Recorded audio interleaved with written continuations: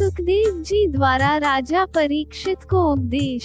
राजा परीक्षित की मृत्यु का एक दिन शेष था, पर राजा का शोक और मृत्यु का भय कम नहीं हुआ। तो सुखदेव ने राजा को एक कथा सुनाई। एक राजा जंगल में शिकार खेलने गया और रास्ता भटक गया।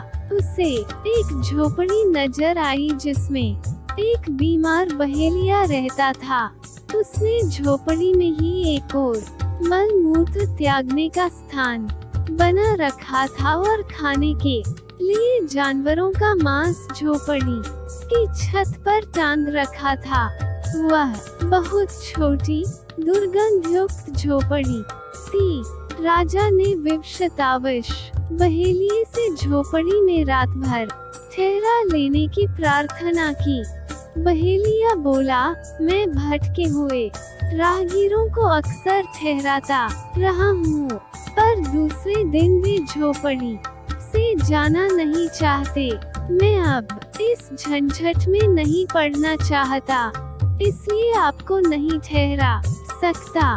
राजा ने उसे वचन दिया कि वह ऐसा नहीं करेगा, किंतु सुबह उठते उठते उस झोपड़ी की गंध में राजा ऐसा रच बस गया कि वहीं रहने की बात सोचने लगा। उसका बहेलिये से कलह भी हुआ। सुखदेव ने परीक्षित से पूछा, क्या उस राजा के लिए यह झंझट उचित था? परीक्षित ने कहा, वो तो बड़ा मूर्ख था जो राजकाज भूल कर दिए हुए वचन को तोड़ते हुए अधिक समय तक झोपड़ी में रहना चाहता था। आखिर वह राजा कौन था? सुखदेव ने कहा, वह और कोई नहीं, तुम स्वयं हो। इस मल मूत्र की कोठरी यानी देह में जितना समय तुम्हारी आत्मा को रहना जरूरी था, वह अवधि पूरी हो गई। अब इसे दूसरे लोक को जाना है। क्या अब भी मरने का शोक करना उचित है?